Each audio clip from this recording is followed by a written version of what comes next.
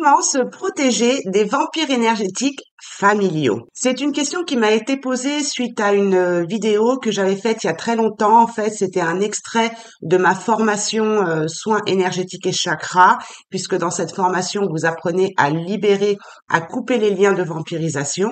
Et donc, je vous ai partagé un extrait de cette formation que vous retrouvez sur ma chaîne. Je vous la mettrai peut-être en fiche à droite, à gauche, je sais pas où est-ce que ça va se positionner pour que vous puissiez la regarder parce que je vais pas me répéter en fait dans cette vidéo sur ce qu'est un vampire énergétique. Donc c'est de ça dont nous allons parler aujourd'hui et je pense qu'il est temps en cette période justement de fin d'année où certains d'entre nous en tout cas vont se retrouver en famille pour les fêtes de Noël. Je dis certains d'entre nous parce que je sais que d'autres seront seuls ou qu'il leur manquera peut-être une personne de leur famille, une personne décédée ou encore une personne qui est en phase de séparation. Donc j'adresse toute ma compassion à ces personnes-là et je leur donne et leur envoie beaucoup d'amour, mais aussi à ceux qui se retrouveront seuls pour cette période de fin d'année. Mais lors des fêtes, il y a aussi des personnes qui se sentent forcées aussi à passer un moment avec leur famille. Ça, on en parle très peu, mais c'est vrai qu'il y a beaucoup de personnes qui n'ont pas envie de fêter Noël avec leur famille pour des raisons dont je vais expliquer un petit peu dans cette vidéo, c'est-à-dire le vampirisme énergétique, mais aussi d'autres choses, et elles se sentent forcées à passer des moments en famille. Donc cette vidéo, elle est faite en période de fin d'année de Noël, mais elle pourra aussi parler à d'autres moments de votre vie lorsque vous avez des réunions familiales ou autres. Et je vais vous donner 11 points, je crois 11 points, 11 conseils, 11 pratiques dans cette vidéo pour vous protéger justement de ces vampires énergétiques familiaux, principalement dans cette vidéo, mais ces conseils vous serviront aussi pour d'autres personnes quand vous êtes en groupe. Donc, pourquoi certaines personnes se sentent aussi forcées pour aller en famille? Parce que c'est des conditions, on est habitué comme ça, on se dit bon qu'est-ce qu'on va penser de moi si je ne vais pas et tout ça. Et en fait, pourquoi elles ont du mal aussi? Parce que ça réveille en eux ou en elles un stress inconscient parfois lié à leur enfance, bien sûr, c'est-à-dire que ou alors des attentes envers leur fratrie s'il y a des frères, des sœurs, des cousins ou ce genre de choses, ou en leurs parents aussi, des attentes envers leurs parents, des attentes qu'elles ont depuis toute petite. Et donc ça peut réveiller aussi des traumatismes, des blessures liées à des événements qui se sont passés dans leur enfance. Et ces personnes se forcent à aller en famille pour les raisons dont je vous ai données et donc se forcent à avoir bonne mine, à faire bonne mine, parce que c'est Noël justement, parce qu'on veut pas casser l'ambiance, parce qu'on veut que ça se passe bien, voyez. Et donc porter des masques toute une soirée ou voire même le lendemain de Noël, le 25 décembre, eh bien c'est fatigant. C'est fatigant, c'est épuisant et elles le savent d'avance. Et parfois c'est épuisant parce que dans leur famille, il y a justement des vampires énergétiques.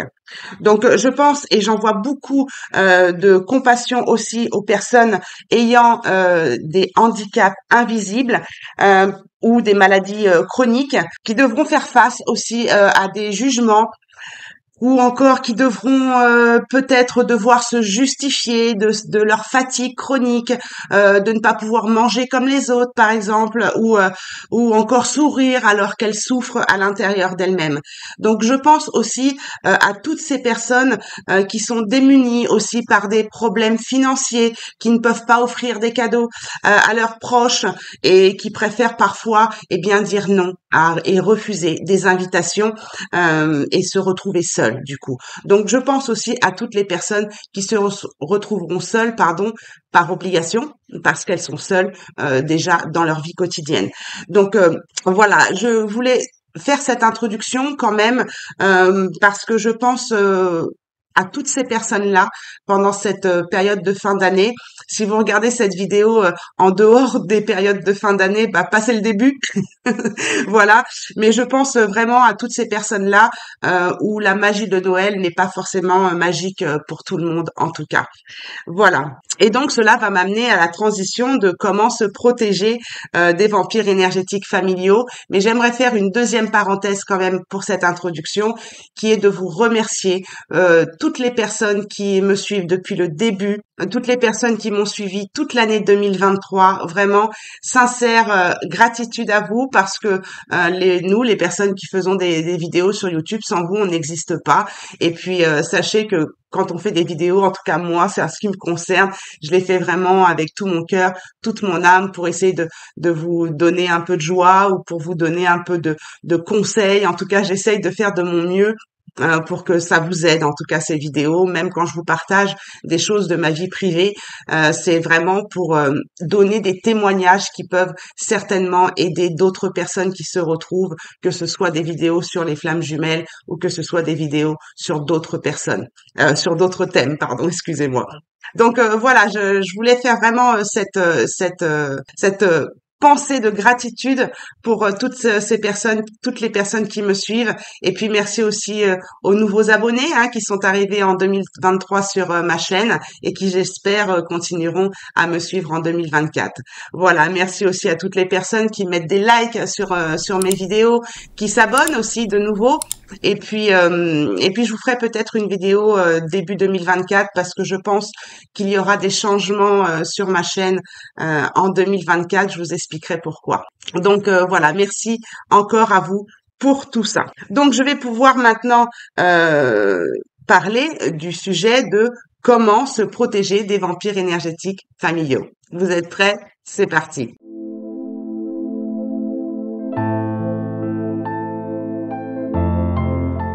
Alors les vampires énergétiques, je l'explique dans ma première vidéo où justement je vous explique ce qu'est un vampire énergétique et je vous donne aussi déjà beaucoup de conseils dans cette première vidéo. Donc je vous invite à la regarder parce que comme je vous ai dit, je vais pas me répéter dans cette vidéo. Quelles questions vous pouvez vous poser aussi. Et donc on m'a posé cette question-là, comment faire? Eh bien justement quand c'est quelqu'un de notre famille, quand c'est difficile d'y échapper.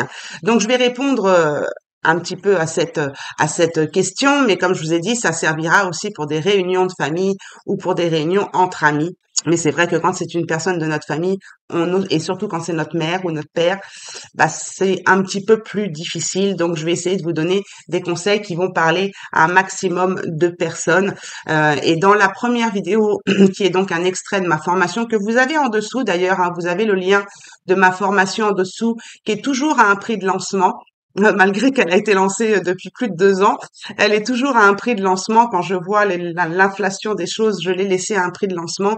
Vous pouvez toujours en profiter. Je crois qu'il y a 200 ou 300 euros de réduction. Donc, ça vaut quand même la peine d'en profiter avant que je la remonte au prix initial. Donc, c'est une personne qui m'a posé donc cette question. Et c'est une bonne question parce que certaines personnes, et bien sûr, je vais vous donner des conseils. Et dans la première vidéo, vous avez aussi quels sont les types de vampires énergétiques. Donc ça, vous pourrez le voir dans la première vidéo que j'ai faite. Aujourd'hui, je vais aller un petit peu plus loin justement dans les conseils parce que lorsque c'est une personne de notre famille, comme je vous ai dit, il est parfois difficile de fuir, d'éviter, surtout en cette période justement de l'année, mais aussi à chaque repas familial. Je vous rappelle qu'un vampire énergétique va commencer par vouloir capter votre attention et dès que votre attention est captée, vous êtes dans ses griffes, c'est trop tard. C'est trop tard, mais mes conseils, je pense, vous aideront à sortir de ces griffes. Donc en fait, il vous appelle à eux, vers eux et votre moyen de protection est de revenir à vous. Donc je vais vous donner quelques techniques pour vous protéger, mais aussi comment justement revenir à vous. Alors, le premier conseil, ne vous laissez pas ou très peu toucher si vous avez connaissance de ce vampire énergétique. Parfois, on n'en a pas connaissance et c'est pour ça que je vous invite à regarder la première vidéo parce que je vous explique comment on peut les repérer justement. Deuxième conseil, faites en sorte de ne pas trop vous approcher de trop près des personnes que vous avez captées comme vampires énergétiques, personnes de votre famille ou autres. Si possible, pendant ces périodes ou pendant des réunions, essayez de ne pas vous asseoir à côté d'elle, par exemple, hein, parce qu'elle va vite pénétrer en fait dans votre champ énergétique, ce qu'on appelle le champ énergétique, c'est-à-dire votre aura. Et c'est pour ça que dans les soins énergétiques, en tout cas dans le mien, on retrouve des liens de vampirisation qu'on doit couper parce que le vampire énergétique a pénétré dans votre aura, dans votre champ énergétique. Donc si vous avez connaissance justement de ce vampire énergétique et vous devez vous rendre à ce repas familial, eh bien n'arrivez pas avec la peur de vous dire ça y est, je vais être vampirisé, ça y est, elle va encore me prendre toute mon énergie, parce que les vampires énergétiques viennent justement vous prendre toute votre énergie et vous êtes complètement vidé quand vous êtes au téléphone ou quand vous êtes à côté de ces vampires énergétiques. Donc déjà, n'arrivez pas dans ces réunions de famille avec cette peur au ventre et essayez d'appliquer au maximum les conseils que je vais vous donner justement dans cette vidéo. Donc le premier, c'est effectivement ne pas se laisser toucher, bon, un bisou, bonjour, mais après on se laisse pas toucher, on se laisse pas prendre la main ou ce genre de choses. On essaye de pas s'asseoir à côté ou le plus loin possible pour justement ne pas capter son attention et ne pas arriver avec de la peur parce que ça va rentrer vous allez rentrer dans son champ vibratoire, elle va rentrer dans le vôtre et donc ça va aussi vous faire baisser votre taux vibratoire si vous arrivez avec de la peur d'être vidé de votre énergie. Et c'est souvent quand c'est lié, la peur, elle est souvent quand c'est lié justement à une expérience vécue avec cette personne.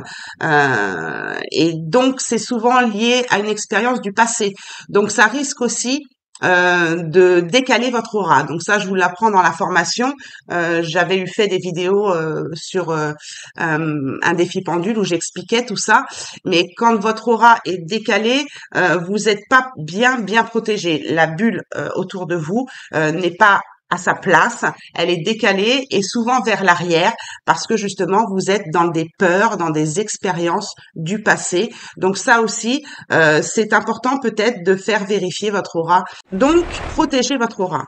Protéger votre aura, ça ne suffira pas, mais c'est très important de le faire, de construire une bulle de lumière autour de vous. Donc moi, j'apprends à le faire à mes consultants en consultation, mais voilà, il suffit de faire jouer son magnétisme et si on n'y arrive pas, on visualise la bulle de lumière autour de nous, on la renforce avec une intention que rien de négatif ne rentre. D'ailleurs, vous avez, je ne sais pas si vous le voyez ici, peut-être que je l'agrandirai au montage.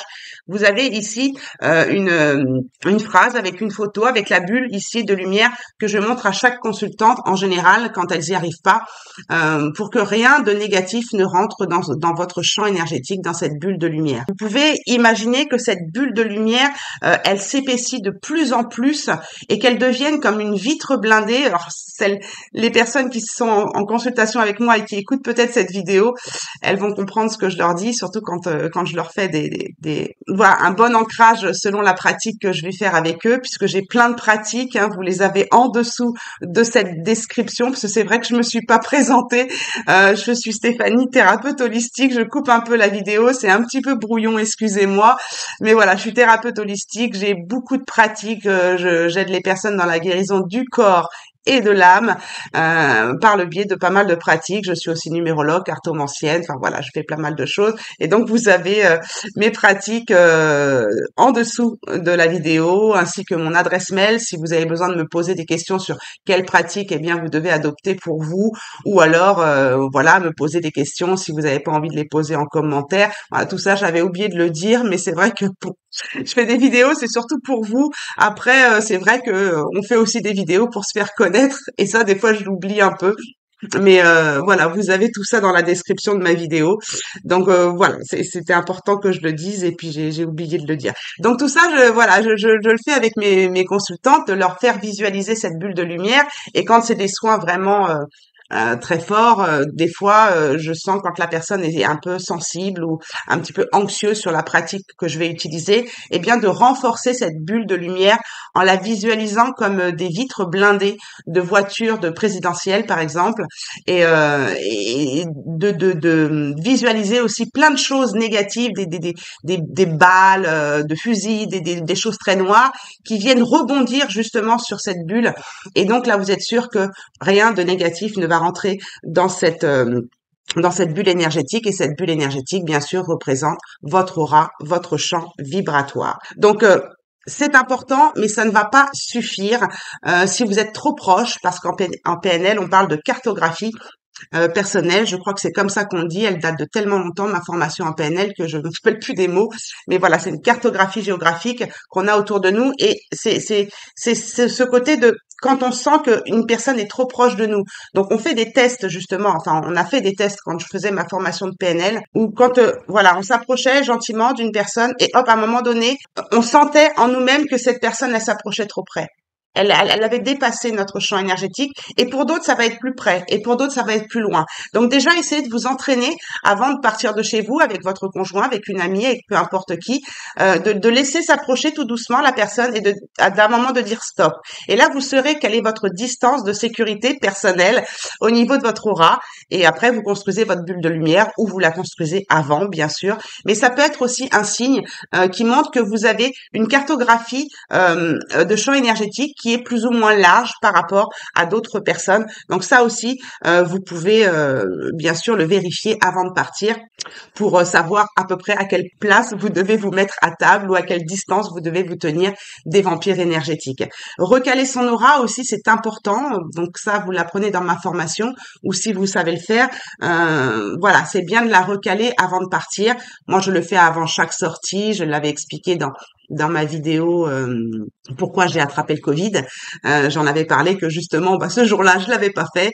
Voilà, donc replacer son aura, vérifier si vous avez des fuites énergétiques aussi dans votre aura, couper les liens toxiques de vampirisation dans votre aura. Tout ça, on peut le faire en soins énergétiques avec moi. Si vous le savez le faire, tant mieux. Mais c'est bien de le faire avant justement ces fêtes, ou des réunions, ou des sorties, pour être sûr que rien ne rentre et que vous perdez pas votre énergie vitale, parce que le vampire énergétique, son but, c'est de prendre votre énergie vitale. Donc après, vous êtes complètement vidé. Quand vous arrivez à cette réunion de famille, ou à ces fêtes de Noël, essayez de ne pas être trop fatigué. Donc, essayez de ne pas trop stresser justement avant cette réunion. C'est pour ça que je vous parlais de peur, parce que si vous êtes trop fatigué, eh bien, vous avez du coup moins d'énergie. Votre taux vibratoire est en baisse.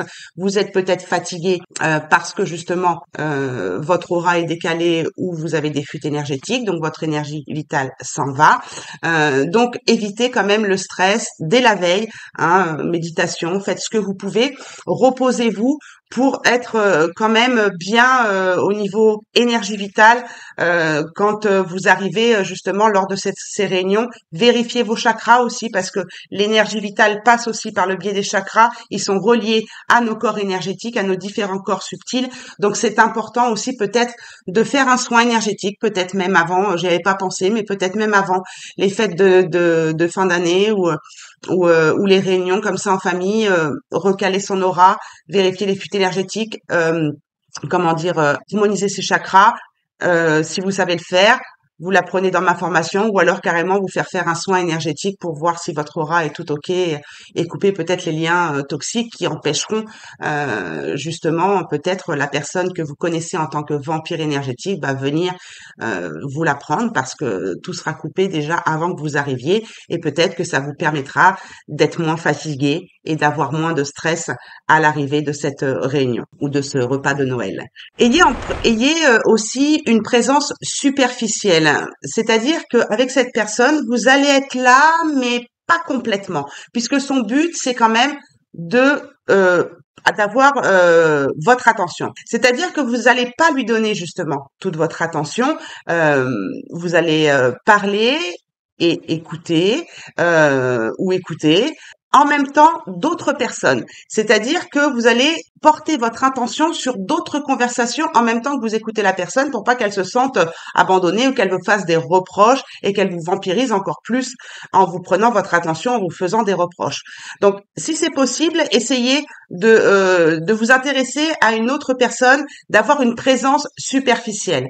Si c'est pas possible parce que justement vous n'êtes pas assez nombreux dans la pièce ou dans ce repas, écourtez la conversation, essayez d'écourter la conversation, osez dire à la personne aussi, surtout si c'est une personne qui se plaint, parce que les vampires énergétiques ont cette tendance aussi à se plaindre, hein, ou à raconter toute leur vie, tout leur malheur, ou alors vraiment monopoliser justement l'attention de vous ou de toute la foule, hein. Parfois c'est toute la foule, hein. C'est-à-dire qu'elle va parler fort ou alors elle va pas parler fort justement pour qu'on tire l'oreille, justement pour qu'on essaye de l'entendre. Donc ça aussi c'est une technique que j'explique dans ma première vidéo. Donc vous pouvez essayer d'écourter la conversation comme vous pouvez. Là, j'ai pas vraiment de pratique, ça va dépendre de la conversation et à quel moment vous allez pouvoir écourter la chose. Je vous donnerai quand même quelques techniques après. Osez dire à la personne, surtout si elle se plaint, comme je vous disais, je sais pas quoi te dire là, je sais pas quoi te conseiller là, je sais pas comment je pense pouvoir t'aider, je sais pas comment je peux t'aider là vraiment, hein. Donc attention parce que les vampires énergétiques commencent toujours par capter votre attention en vous parlant de vous, en vous parlant de vous et en vous complimentant, hein, d'accord? Alors ça dure, allez, quelques secondes, allez, ça peut aller jusqu'à 1 minute, hein, jusqu'à temps que vous soyez bien dans ses griffes, et puis hop, c'est bon, elle a capté votre attention en vous parlant de vous, et là, elle va commencer à vous parler d'elle. Donc sachez couper justement sa plainte ou couper la conversation, c'est important aussi dans ces conseils-là, on en est au 9e. Maintenant, passons au 10e. Pensez à autre chose quand elle vous parle. Donc, par le biais d'une autre conversation. Et si c'est pas possible, vous pouvez aussi penser, je sais pas moi, à autre chose, ce que vous avez dans votre frigo, ce que vous avez mangé la veille, ou alors ce que vous allez faire demain, ou penser à une autre personne. Enfin, vous voyez, vous pensez à autre chose. Bref, à ce que vous voulez, mais votre attention, elle n'est plus sur. Vous entendez, mais vous n'écoutez pas. Vous voyez la différence? Vous entendez la personne, mais vous n'écoutez pas. Donc, vous pensez à autre chose parce que vous êtes ailleurs. Vous êtes là, mais pas complètement. D'accord? Et donc, la 11e chose que je voulais vous parler, c'est vraiment le retour à soi, puisque c'est vraiment ça qui va vous sauver, entre guillemets, de ce vampire énergétique. Donc, vous pouvez vous toucher les cheveux. Voilà, retour à soi, c'est aller vers son corps. Vous pouvez vous toucher les cheveux comme ça. Pour les hommes, vous pouvez vous toucher la barbe. Voilà, vous pouvez faire ça. Vous pouvez aussi toucher vos bijoux si vous en avez. Voyez, puis vous les regardez, vous écoutez la personne, mais vous revenez à vous. Vous voyez une bague. Moi, j'ai une bague tibétaine ici qui tourne comme ça. Hop, donc je la fais tourner, puis j'écoute la personne, je lève la tête, j'écoute la personne et je fais tourner ma bague comme ça. C'est une bague tibétaine. Apparemment, il y a une prière dedans, il paraît. Il y a que la foi qui sauve. Donc, vous pouvez faire ça. Vous pouvez aussi porter des bracelets que vous allez toucher comme ça pour revenir à vous. Vous pouvez même les enlever. Donc, quand c'est des bracelets en pierre, c'est bien parce qu'ils vont aussi avoir cette capacité de protection, surtout si c'est des pierres noires comme la tourmaline, l'œil de tigre. Vous voyez, moi j'ai un pendule autour de mon cou au cas où il y a une urgence. Sinon j'en ai un dans mon sac. Il est en œil de tigre, vous voyez, donc vous pouvez voilà trifouiller votre collier comme ça. Donc vous avez la tourmaline, l'œil de tigre, l'obsidienne aussi ou labradorite. Et puis vous pouvez voilà trifouiller votre bracelet ou voilà jouer avec votre bracelet, jouer avec vos bijoux. Ça va vous permettre de revenir à vous, de vous concentrer sur autre chose et puis si c'est en pierre, de vous protéger en plus.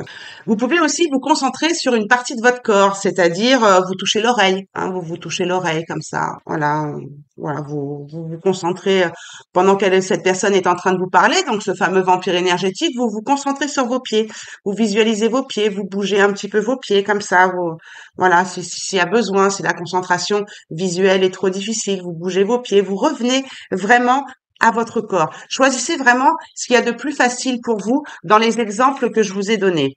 La chose que vous pouvez faire aussi quand vraiment tout ça, ça fonctionne pas et que ça devient trop lourd. Moi, je me rappelle une fois, j'ai une cousine, elle est terrible.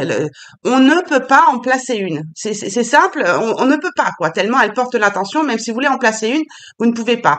Et donc, j'étais tellement vidée de mon énergie que j'ai délaissé ma mère de son côté, je l'ai laissée toute seule. J'ai laissé toute seule avec ma cousine et j'ai été prendre l'air. Je suis sortie, j'ai été prendre l'air quoi, parce que j'en avais la nausée, je vous assure, j'en avais la nausée, la tête qui tourne tellement c'était plus possible de l'entendre, quoi. Je veux dire, à un moment donné, ils sont tellement forts que c'est plus possible, quoi. Donc, quand vous n'arrivez pas, justement, à faire tout ça, toutes les techniques que je vous ai données en première partie de vidéo, et que vous n'y arrivez pas, vous prétextez, vous allez aux toilettes, ou dites, je vais prendre l'air, ou je vais me servir un verre d'eau. Vous partez. Vous partez. Le mieux, c'est les toilettes. Hein. On appelle ça le petit coin tranquille. Là, vous êtes tranquille. Hein. Vous allez aux toilettes, puis après, vous passez à la salle de bain, vous nettoyez bien les mains, vous prenez bien votre temps pour revenir à vous. Enfin, voilà. Ou vous allez faire un tour dehors, vous dites, j'ai chaud, j'ai besoin de prendre l'air. Bon, bah, si vous êtes fumeuse, c'est pas très bien, ou fumeur, c'est pas très bien, mais bon, vous pouvez prétexter d'aller fumer une cigarette à l'extérieur. Enfin, oui. Trouvez quelque chose pour sortir de la pièce, sortir de son champ énergétique, sortir de tout ce que vous entendez, la voix, le bruit. Déconnectez-vous au maximum et le mieux, c'est vraiment de partir. Donc, quand c'est des personnes qu'on reconnaît comme vampires énergétiques et qui font pas partie de notre famille, on peut même les écarter de notre vie. Hein, ça, c'est plus facile que quand c'est une personne de notre famille. Et je pense que c'est pour ça que cette personne, cet abonné qui m'a gentiment mis ce commentaire, m'a posé cette question. Qu'est-ce qu'on fait quand c'est une personne de notre famille? Donc voilà, allez faire un tour dehors, sortez de tout cette énergie qu'elle a mis de désagréable dans la pièce et revenez à vous aussi de ce côté-là. Donc voilà pour les 12 points. J'espère que ces conseils, en tout cas, vous aideront auprès de ces vampires énergétiques familiaux ou autres. Voilà, que vous pouvez pas éviter. Justement comme votre famille, par exemple, d'accord? Donc, je vous remercie d'avance pour vos likes, vos pouces, hein, pour faire avancer la chaîne YouTube, mais aussi pour me donner en retour de ce que je vous donne. Hein. Ça s'appelle la loi du donner et du recevoir. Ça me fait énormément plaisir. Vous pouvez aussi mettre des commentaires. Ça me fait plaisir aussi, même un petit pouce dans les commentaires, un petit cœur.